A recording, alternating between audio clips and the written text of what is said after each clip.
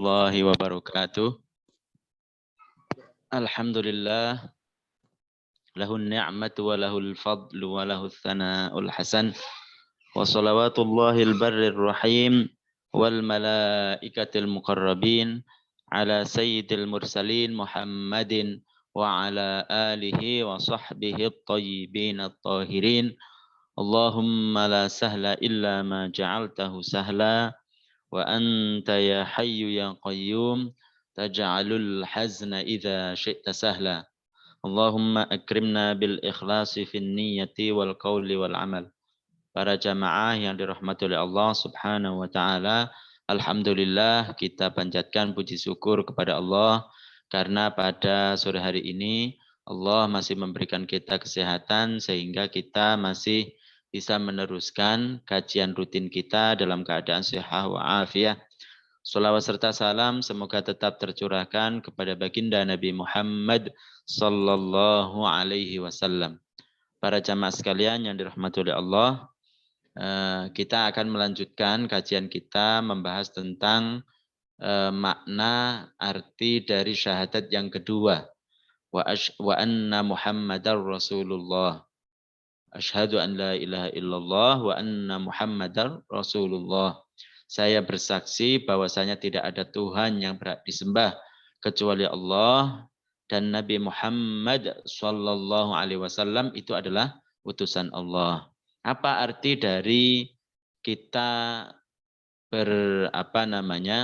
bersaksi bahwasanya Nabi Muhammad itu adalah utusan Allah? Artinya adalah di antara arti yang terkandung dalam kita bersaksi bahwasanya Nabi Muhammad itu adalah utusan Allah, artinya sesuatu atau perkara yang itu diinformasikan, dikabarkan oleh Nabi Shallallahu Alaihi Wasallam itu mesti benar adanya. Kita harus yakin seperti itu. Termasuk yang disampaikan oleh Nabi itu adalah perkara-perkara yang berhubungan dengan kejadian-kejadian yang akan datang. Itu kita harus mengimaninya. Kemarin kita menjelaskan tentang sedikit apa yang telah dikabarkan oleh Nabi yang akan datang, kejadian-kejadian itu akan datang, yaitu adanya hari kiamat, ya kan? Kemudian termasuknya adalah beriman bahwasanya penduduk surga yaitu orang mukmin akan seterusnya akan abadi di surga.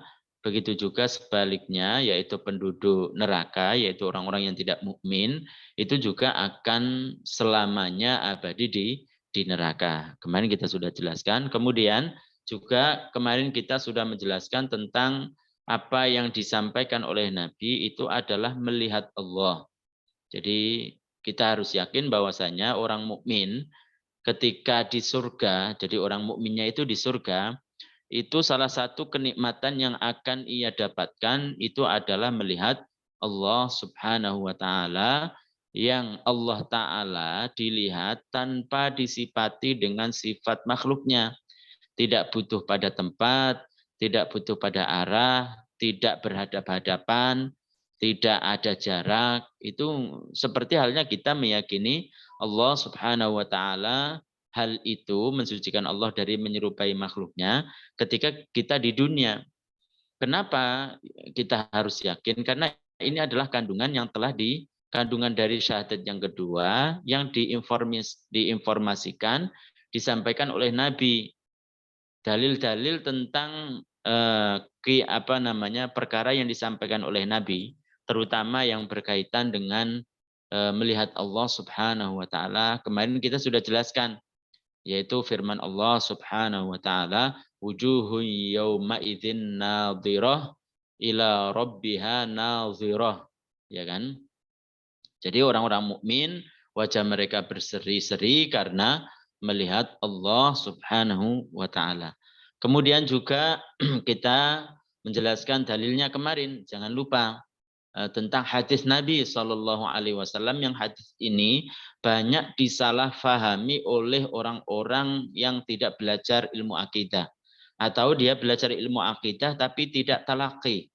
tidak mengambil pemahaman yang benar dari guru yang terpercaya. Nah, apa hadis tersebut? Kemarin kita jelaskan hadis yang diriwayatkan oleh Imam Muslim, innakum satarawna rabbakum yaumal qiyamati kama tarawna al-qamara lailatal badri la tadammuna fi ru'yatihi. Kemarin kita jelaskan itu bahwasanya ini menetapkan bahwasanya Allah Subhanahu wa taala di akhirat itu dilihat, yang melihat adalah orang-orang mukmin, ketika itu orang mukmin ada di surga Allah Subhanahu wa taala. Kemarin kan di situ menjelaskan hadis itu tentang ketidak ada raguan seseorang ketika melihat Allah, bahwasanya yang dilihat itu adalah Allah. Jadi itu menyamakan penglihatan dengan penglihatan, bukan menyamakan yang dilihat dengan yang dilihat.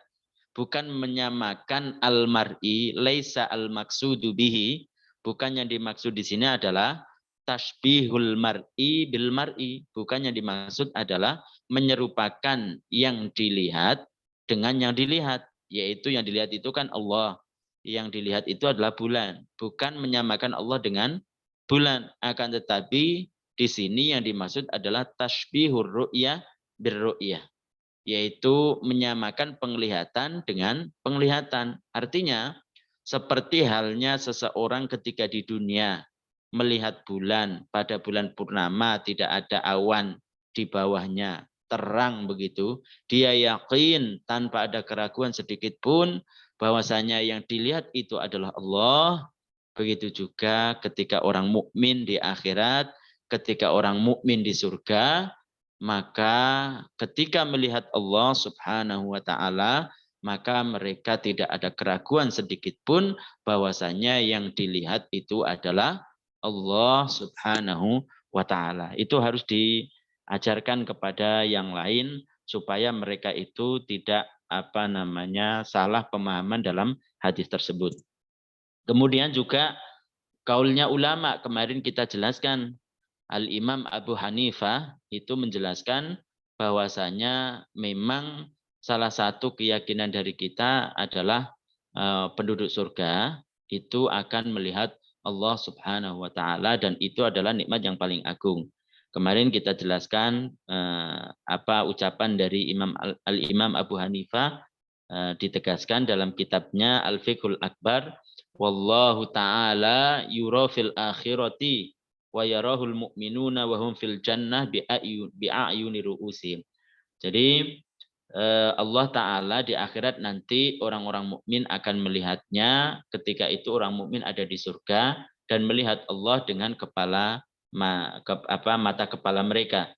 Bila tasbihin wala kaifiyah wala kamiyah, tanpa menyerupakan Allah, artinya tanpa butuh tempat, tanpa butuh pada arah, tanpa butuh pada masa, wala wala kamiyah, juga tidak berukuran, tidak disifati dengan sifat makhluknya. Wala yakunu bainahu wa baina khalqihi masafah, dan tidak ada jarak antara orang mukmin dengan Allah Subhanahu wa taala. Tidak disifati Allah taala itu dengan jarak. Seperti halnya kita meyakini tentang Allah, mensifati Allah yaitu suci dari makhluknya ketika di dunia. Kemudian juga yang tidak kalah penting, para jamaah sekalian yang dirahmati Allah Subhanahu wa taala,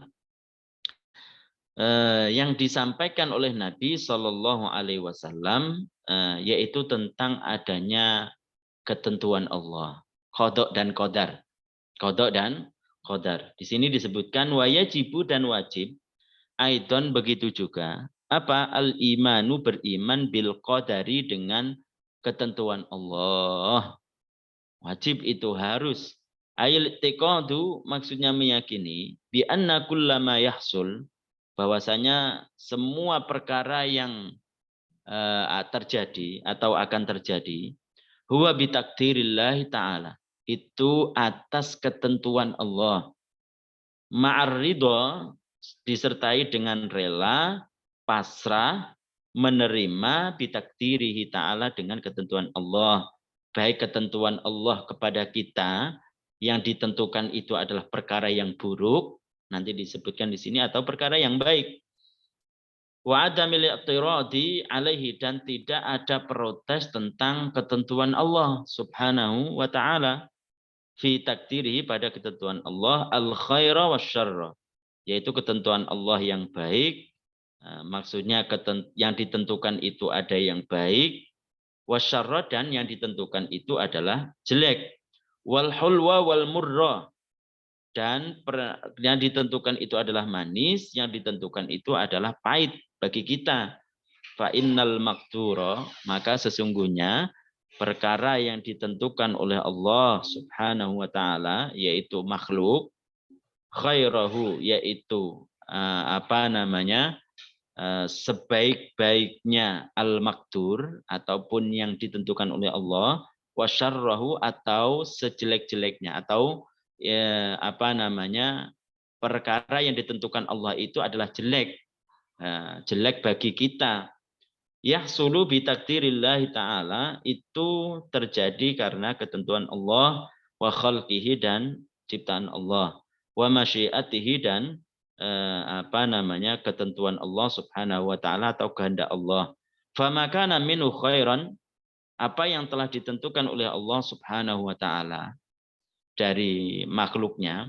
Jadi Allah taala menentukan kepada makhluknya dengan ketentuan yang menurut makhluk, yaitu pada makhluknya itu adalah baik, maka kita apa?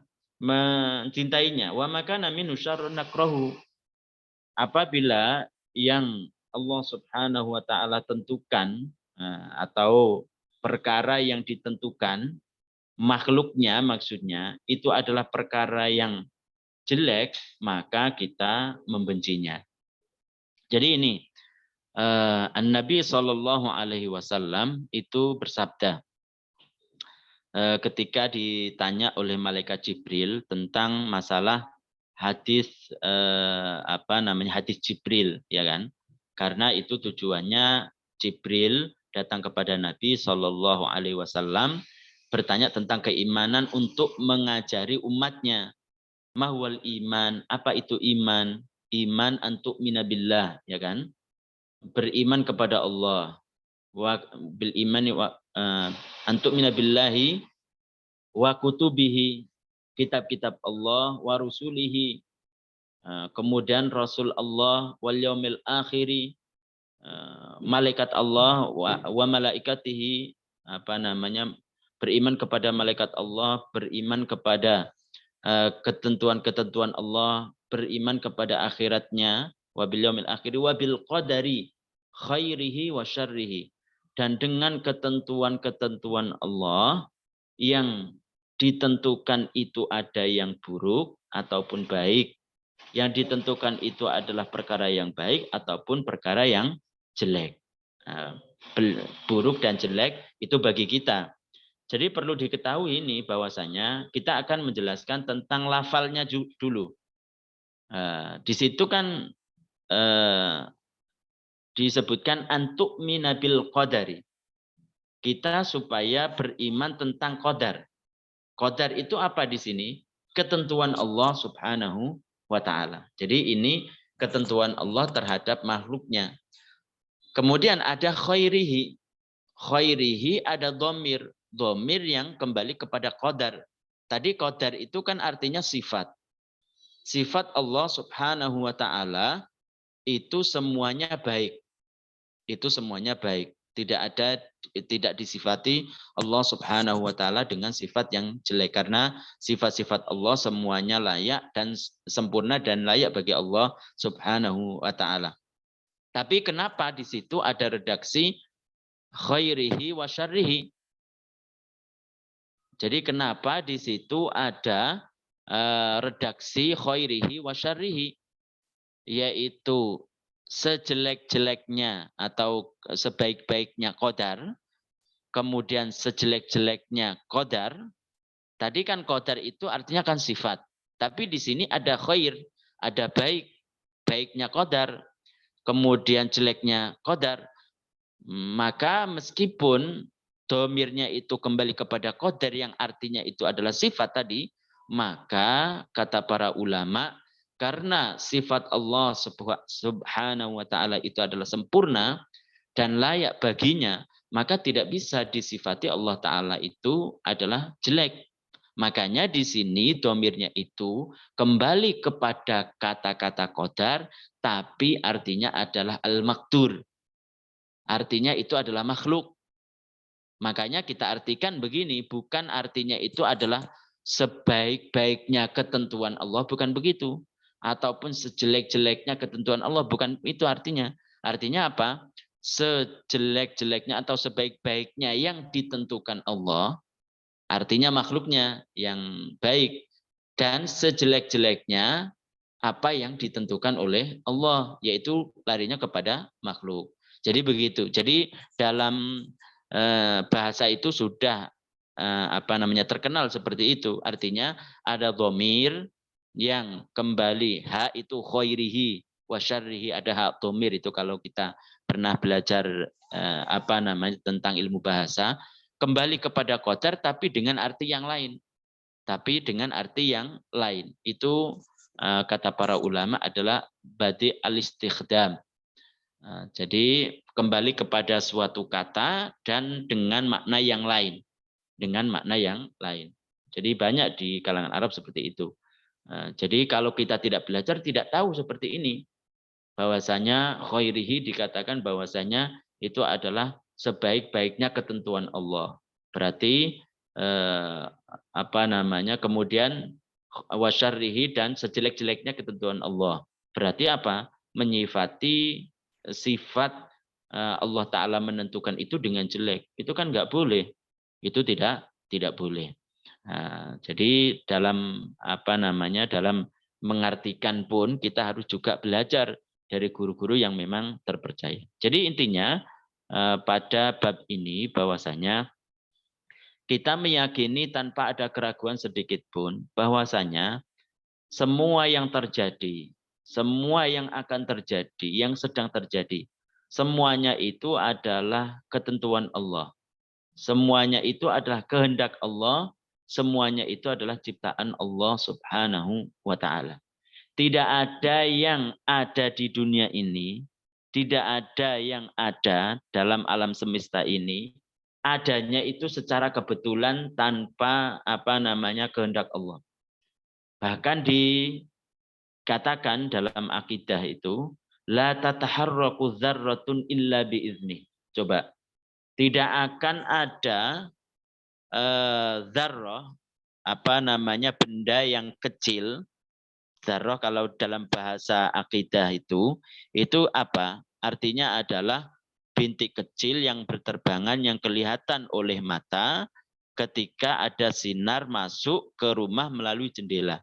Jadi kalau kita punya tisu atau punya apa di situ kemudian kita kita buat begini nih, nanti kan ada yang berterbangan. Itu namanya dzarrah.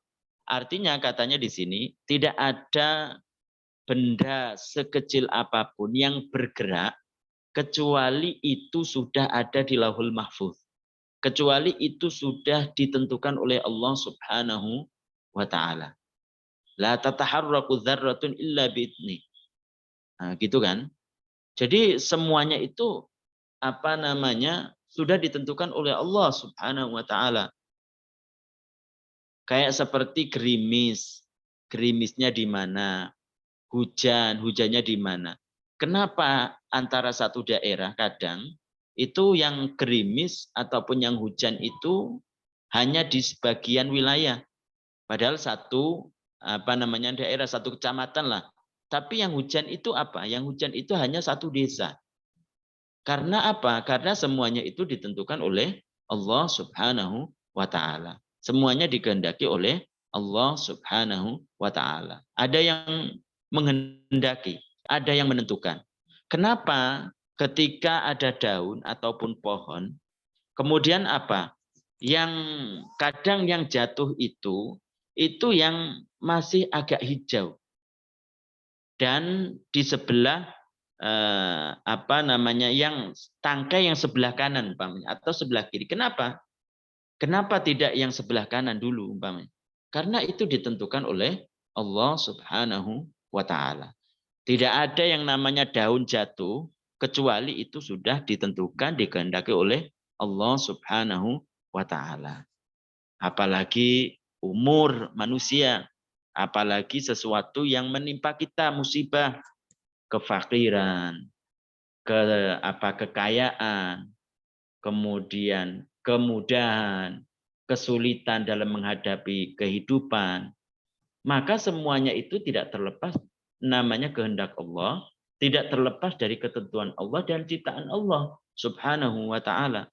Tentu orang yang beriman dan bertakwa kepada Allah Subhanahu wa taala, ketika dia menerima musibah, ketika menerima sesuatu yang itu dianggap adalah sesuatu yang pahit bagi nafsu, maka karena dia pernah belajar ilmu akidah, maka dia akan sabar. Kenapa?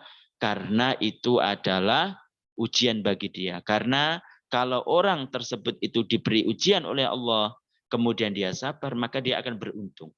Maka dia akan mendapatkan pahala. Karena sabar tidak protes tentang apa yang telah Allah Ta'ala tentukan kepada kita. Ada kematian, ibu kita mati, anaknya meninggal umpamanya, atau sakit, anaknya sakit. Maka kalau orang tersebut itu bertakwa kepada Allah, orang tersebut itu belajar akidah, tentu dia akan dilarikan kepada Allah Subhanahu wa taala. Maksudnya dikembalikan kepada pelajaran agama, yaitu bahwasanya ini semuanya adalah ketentuan Allah. Orang tersebut sulit dalam menghadapi kehidupan. Setiap hari sulit saja untuk mendapatkan nafkah umpamanya. Karena Allah Ta'ala menghendakinya begitu. Karena Allah Ta'ala menentukannya begitu. Tidak boleh protes. Kita hanya bisa bersabar menerima atas ketentuan Allah, bersabar menerima akan ketentuan dan kehendak Allah Subhanahu wa taala serta ciptaan Allah Subhanahu wa taala. Begitu. Namun kalau kita melihat ada seseorang tersebut itu berbuat maksiat umpamanya, maka kita katakan bahwasanya itu adalah kehendak Allah. Maka kita katakan bahwasanya itu adalah ketentuan Allah dan ciptaan Allah Subhanahu wa taala.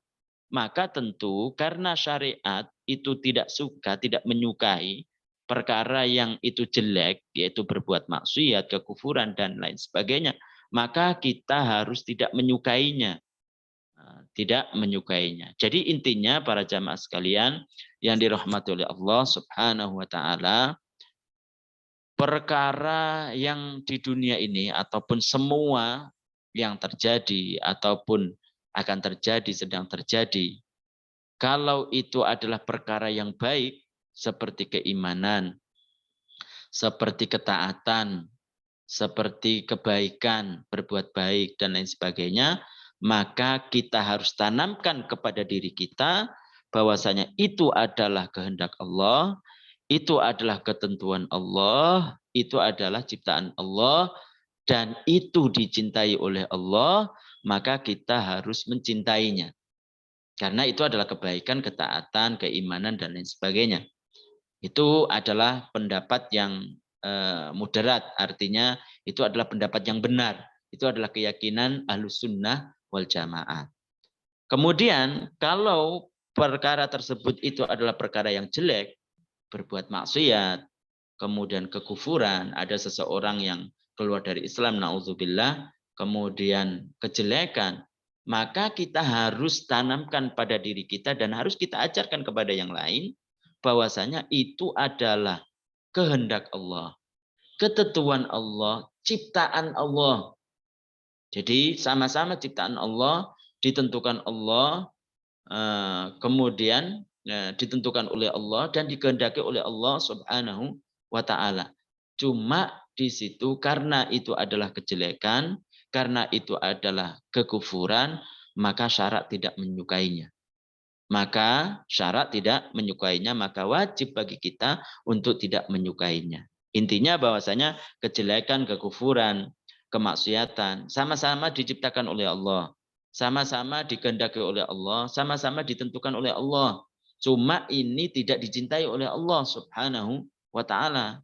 Maka kita wajib untuk tidak menyukainya. Begitu. Makanya kan jika kita selaku seorang dai mengajarkan kepada seseorang yang sangat-sangat kita cintai umpamanya, mendakwakan kepada mereka, kita sudah berusaha keras untuk memberikan penjelasan bahwasanya agama yang paling benar itu adalah Islam. Ketika dikatakan Islam, maka itu tidak akan terpisah, sangat berkaitan dengan namanya keyakinan. Keyakinan bahwasanya Allah tidak serupa dengan makhluknya. Akan tetapi karena Allah Subhanahu wa taala menghendaki lain kepada dia, tidak menghendaki keimanan kepada dia, tidak menghendaki dia itu mendapatkan petunjuk, meskipun kita sudah berusaha keras untuk menanamkan itu kepada orang-orang yang kita cintai, maka tidak akan berhasil. Maka dia akan meninggal dalam keadaan tidak beriman. Na'udzubillah. Begitu. Artinya kita sudah ada amar ma'ruf, nahi mungkar. Artinya kita itu sudah berusaha untuk menanamkan kebaikan kepadanya. Dan kita juga mengingkari tentang keburukan-keburukan yang ada pada dirinya. Tapi kan kita jangan sampai menganggap bahwasanya harus mau ini. Nah, yang menciptakan hidayah itu kan Allah Subhanahu wa taala. Yang menciptakan yang menciptakan segala sesuatu, dia mendapatkan petunjuk dan lain sebagainya. Itu adalah Allah Subhanahu wa taala. Jadi tugas kita hanya menyampaikan sekuat tenaga dan mengingkari perkara yang tidak benar sekuat tenaga, kemudian kita serahkan kepada Allah Subhanahu wa taala. Begitu. Jadi ini adalah keyakinan-keyakinan yang moderat, keyakinan-keyakinan yang tidak seperti orang yang berpendapat ekstrim kanan istilahnya ataupun ekstrim kiri. Nah, begitu. Kalau sebagian orang kan ada yang berpendapat bahwasanya kejelekan itu bukan ciptaan Allah Subhanahu wa taala.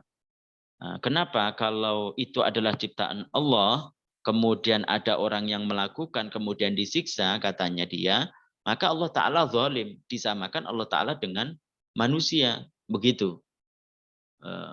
Makanya kita katakan kepada dia, kalau bukan ciptaan Allah, berarti ada sesuatu yang bukan ciptaan Allah. Padahal Allah Subhanahu wa taala telah berfirman dalam Al-Qur'an, wa khalaqa kulla syai'. Allah taala yang menciptakan segala sesuatu. Hal min khaliqin ghairullah. Tidak ada pencipta selain Allah Subhanahu wa taala. Berarti kan berarti kalau mengatakan kejelekan itu bukan ciptaan Allah, berarti ada Tuhan lain selain Allah Subhanahu wa taala. Itu bukan keyakinan Ahlus Sunnah wal Jamaah. Itu bukan keyakinan Ahlus Sunnah wal Jamaah. Begitu. Jadi kita tidak mengatakan seperti itu. Kita katakan bahwasanya kejelekan, kemudian keburukan, kemudian kekufuran, kemaksiatan itu diciptakan oleh Allah, ditentukan oleh Allah, dikehendaki oleh Allah, akan tapi tidak dicintai oleh Allah Subhanahu wa taala. Ini penjelasan tentang masalah qadar, ketentuan Allah, dan ini kayaknya yang harus ditanamkan sedalam mungkin kepada diri kita dan dipraktekkan supaya ketika ada seseorang mengalami musibah apapun itu yang menurut nafsu itu tidak baik, maka dia tidak ada jalan lain kecuali sabar dan menyandarkan semuanya, dikembalikan semuanya kepada yang menciptakan. Begitu, bahwasanya kita dalam ajaran agama, ketika kita mendapatkan musibah, kita harus banyak-banyak ingat terhadap bahwasanya kita di dunia itu tidak selamanya, begitu.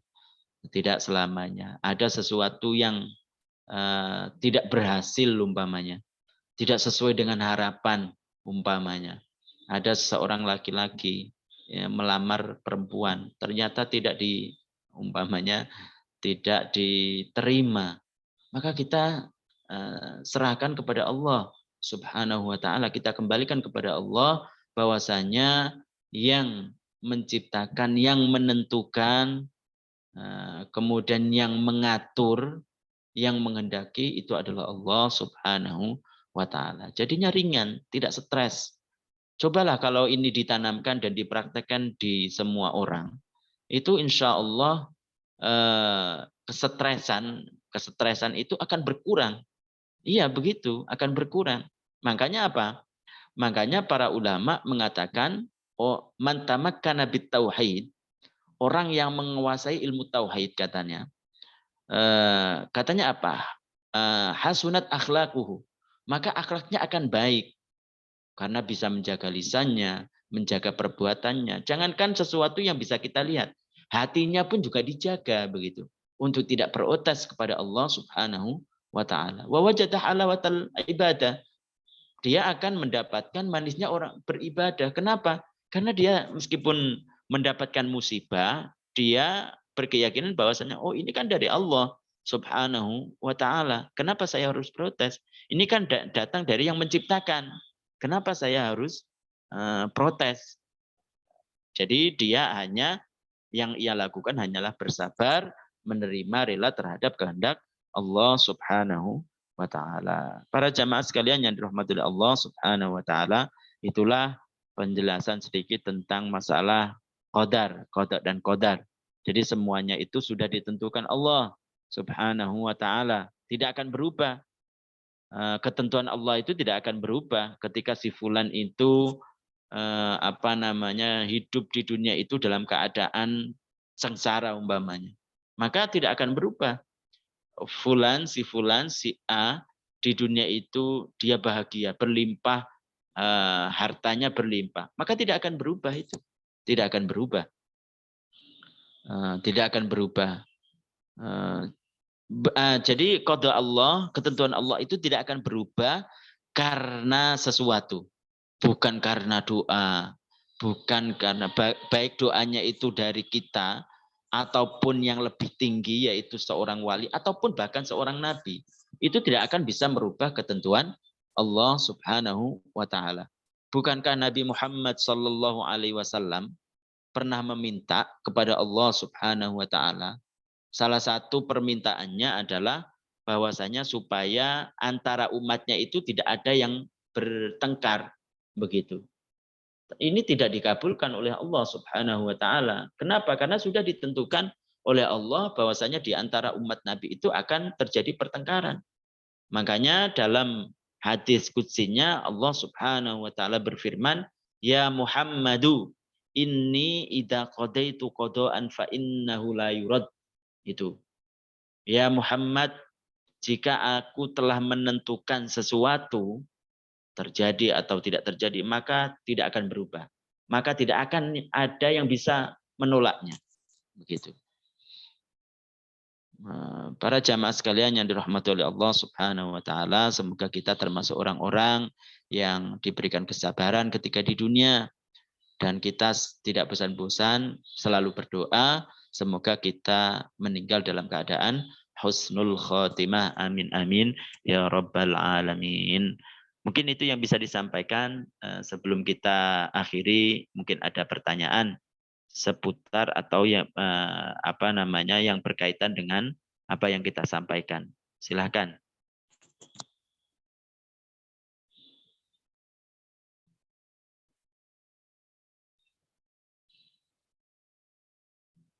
Ada yang mau bertanya? Kalau enggak, kita akhiri dengan ucapan tahlil, sholawat dan istighfar.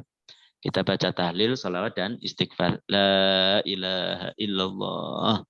Allahumma salli ala Sayyidina Muhammad wa ala alihi wa sahbihi wa sallim. Rabbi gfirli wa liwalidayya wal mu'minina wal mu'minat. Barakallahu fikum.